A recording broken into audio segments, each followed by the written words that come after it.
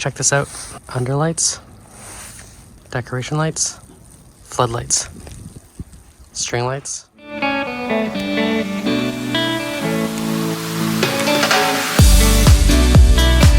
In this video, I'm going to show you how to build the ultimate skating rink from the beginning to end and how to maintain it. Stay tuned and enjoy the video.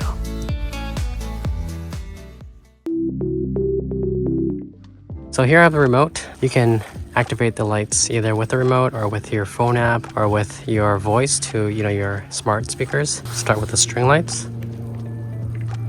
Okay, and then we can do carport. Okay, now we can do a light on the garage.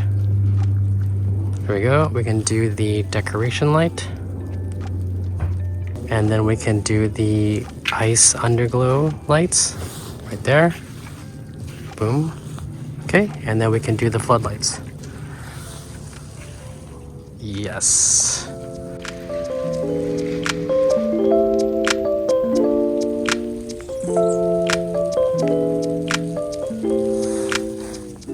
And then I have a command to have them all turn off by holding one button. And then I have a button to command everything to turn on with one button as well. Boom. All that by just this remote here. Taking a closer look at this remote, this is actually a Ikea branded remote under their Tradfri, which is basically their smart lineup. You could use the Tradfri using the Ikea gateway hub, but what I have it connected to is through the SmartThings hub. They run the same protocol, which is Zigbee. As you can see on the box here, Zigbee. Basically, it's a protocol. It's kind of like Wi-Fi or Bluetooth. It's basically just another wavelength that it communicates through, and this is how it works. It's low voltage, so it runs on a CR2032 battery, and it basically lasts over a year. With this remote, you can see there's actually 5 buttons here, but in reality, it's actually 10 because each button has 2 features. So it's got the press, which is one function, and you've got the hold, which is, you can program it to have another function. So theoretically, it can do 10. This is where the battery goes in. It's got this magnetic plate here, which you can see. I've got another one here. I've got a bunch of these lying around. And this basically has a magnet built in, right? And then you can just take that to anywhere for your convenience. And then again, you can program all of these buttons through the SmartThings app. And for me, right, as you look closely here, top is string lights, carport, decor lights, right? Everything here as you saw in the video. And yeah, I'll put a link in the description under where you can purchase this button. So I went ahead and measured my backyard, and I decided to make the rink 16 feet by 14 feet, and I figured that would be the best size while giving myself some room to walk around it. I headed over to my local hardware store, which is Home Depot, and the first items I picked were 8 of these 2 by 8 by 8 feet long pressure treated wood. I guess I could have gone with the 16 feet long ones like a one piece, but that would be hard to transport and also hard to store. One very important tip is that a 2-inch thick piece of ice can support up to 300 pounds of weight. So now you're probably thinking, okay, well, the ice only needs to be 2 inches high, then that means I only need a 3-inch high board, right? No.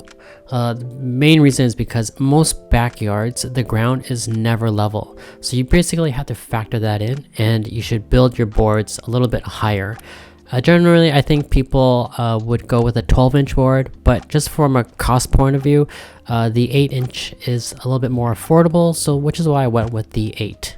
The next item would be 4 of these galvanized reinforced L brackets. These would be used to secure the 4 corners of the rink. And to hold the 2 8 by 8 feet boards together lengthwise, I went with this 7-inch galvanized tie plate. 7 inches was pretty much the biggest plate you can get, and it's pretty much long enough to support this. And as for the screws, I went with this 8 by 1 1/4 inch flathead deck screws. I I got the 100 piece. There was a little bit remaining, but I think this is a good amount. With this length, this is perfect where you're going to screw in, the galvanized plates, and it doesn't actually go through the 2-inch boards. So here are the 8 pieces of wood that I purchased, and this is me just kind of laying it all out on in my backyard, making sure everything's the right length and it's going to fit perfectly. And once everything is good, you'll go ahead and screw it all in.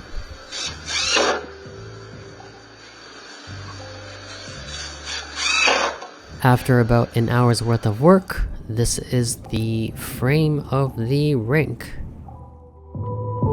One of the coolest additions you can add to your rink is by installing under ice lighting. So I went with these Noma flexible light strips. They basically illuminate this LED red light. Well, I got red because that was all they had left in stock. But anyways, it shines like 360 degrees and it's super bright and it doesn't get hot at all. And of course, it's completely waterproof. And so I went with these to put under the ice. Because the rink liner that will go over this is white and a little bit transparent, you can basically install these lights under it, and this is kind of what I've done, and I've mounted it with screws to the boards just to fix it in place. For the rink liner, I went with this company called Rink Master. They are local, but they also ship free within Canada and US as long as you spend a certain amount. I went with them because they say their liners are 7mm thick, 20% thicker. It's UV protected, and generally they had really good reviews. I'll leave a link under this video where you can purchase it. So here I am installing the rink liner by myself. It's really not too hard, but obviously it would be easier with 2 people. Don't forget to get these 6-inch clamps. You would need them just to kind of secure the liner in place. So now we're ready to fill it up with water.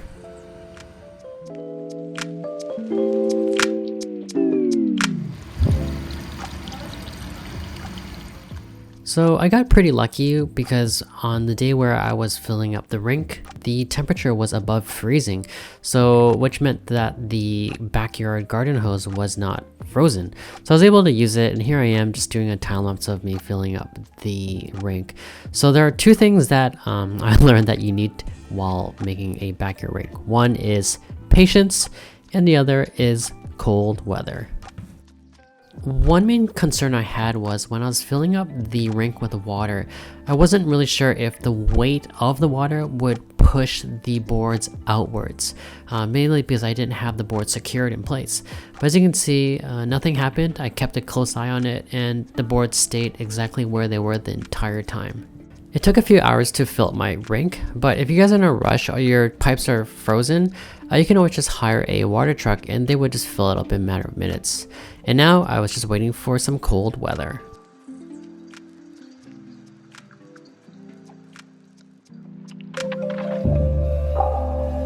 So finally, after 3 days of really cold weather, I have a completely frozen ice rink. One of the reasons why it took so long is because remember how my boards are 8 inches high? The thinnest part of my rink is 4 inches, while the thickest part is 6 inches. Again, it's because my backyard ground is never level, right? Another thing to note is that the top of the ice will always freeze before the bottom. The bottom is always going to take the longest, mainly because the ground is always warmer than the air. For the final touch, I installed these dual floodlights. It just gives off this, that outdoor skating rink feel, but in your own backyard. So I went with this LED floodlight kit from Amazon. I'll leave the product link description below where you can purchase it.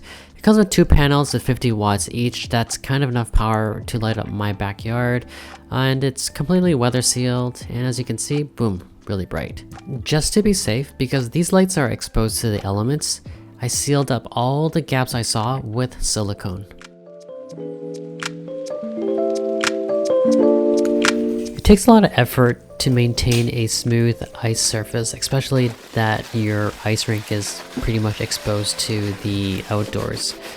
You want to make sure that number 1 is anytime it snows that you remove the snow within 24 hours. The earlier the better, because the earlier it snows, the lighter it is. because once it starts melting, then what ends up happening is that you're going to ruin your ice. You're going to have lumps of just hard packed ice on top of your rink. And basically what you're going to need to do is, get a chisel and spend hours removing all that. There's many ways to smooth your ice.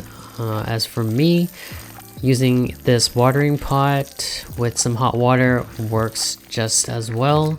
So I only needed to do it, a couple times, and soon I had, a new fresh layer of water over the rink, and I just needed to wait a bit for it to ice up, and I had smooth, fresh ice.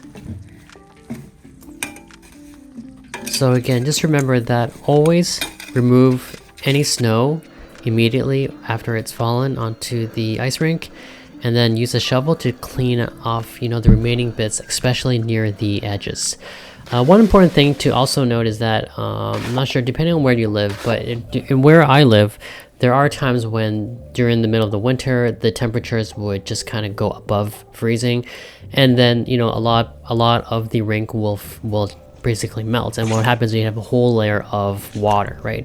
So in these cases, what you're going to need to do is, what I find is that you would need to remove as much water as possible, because what happens is if the water doesn't melt and then it snows on top of that water, then you're going to have a huge mess. So basically anytime that it starts to melt, you want to remove as much water as you can, but leave a little bit, just a little bit, so that when it does freeze, that you'll basically have a new layer of smooth ice. So that's just kind of something that you should know based on my experience. And another thing that's also very important is that never leave anything on the ice. So no hockey sticks, no pucks, especially nothing that is black, because you can see here in this video, I left a black puck obviously over on the ice overnight, like pretty much during the day, and because black absorbs heat and it's hot, and guess what happens, right? It melts right into through your ice. And this applies the same for any leaves or anything. So do not leave anything on the ice. To make my lights smart, you can buy lights with a smart feature built in, but as you know, the cost of that could add up quickly. If you want to save a bit of money, what you can do is purchase these smart plugs. I went with these Zigbee plugs. I'll leave the link in the description below where you can purchase them. But basically they work with my smart home system, SmartThings. They also work with the other systems out there such as Google, and unfortunately it does not work with the Apple HomeKit. So if you don't know how these plugs work, it's pretty simple. Basically, you would plug the smart plug into your outlet, and then you would pair that to your phone. Once it's paired, you can plug in whatever you want to plug. So in my case, it would be lights. So I plug, the specific light I want to that plug, name it, right? And then I can set an automation to it and then link it to my Ikea Tradfri remote. And that's how I get the lights to work.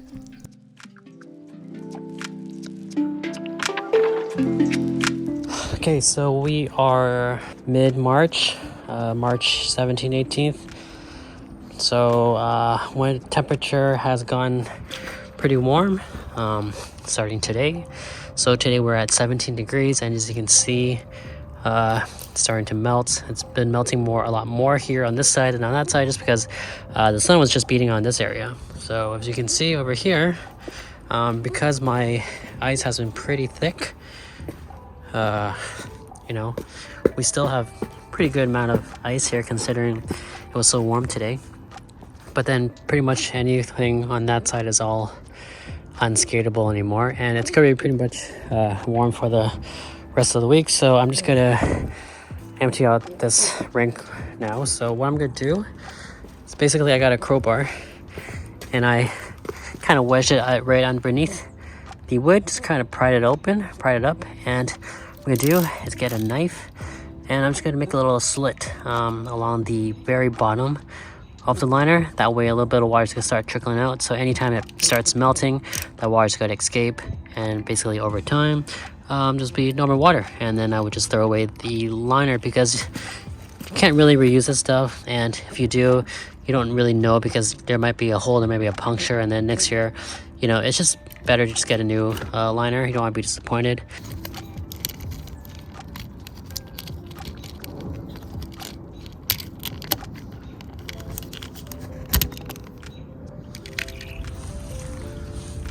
Okay, so that pretty much concludes this video. If you guys are still here watching, wow, thanks. I know it's a long one, but yeah, it covers pretty much everything you need to make an awesome skating rink. Message me if you have any questions, and I will try to answer all of them. And one last clip here before I go. So I'm just going to show you here quickly. I numbered all the boards. So for next winter, I know exactly which board goes in, which position. And it just makes life a little easier. And yeah, that's pretty much it. If you guys liked the video, hit that like button.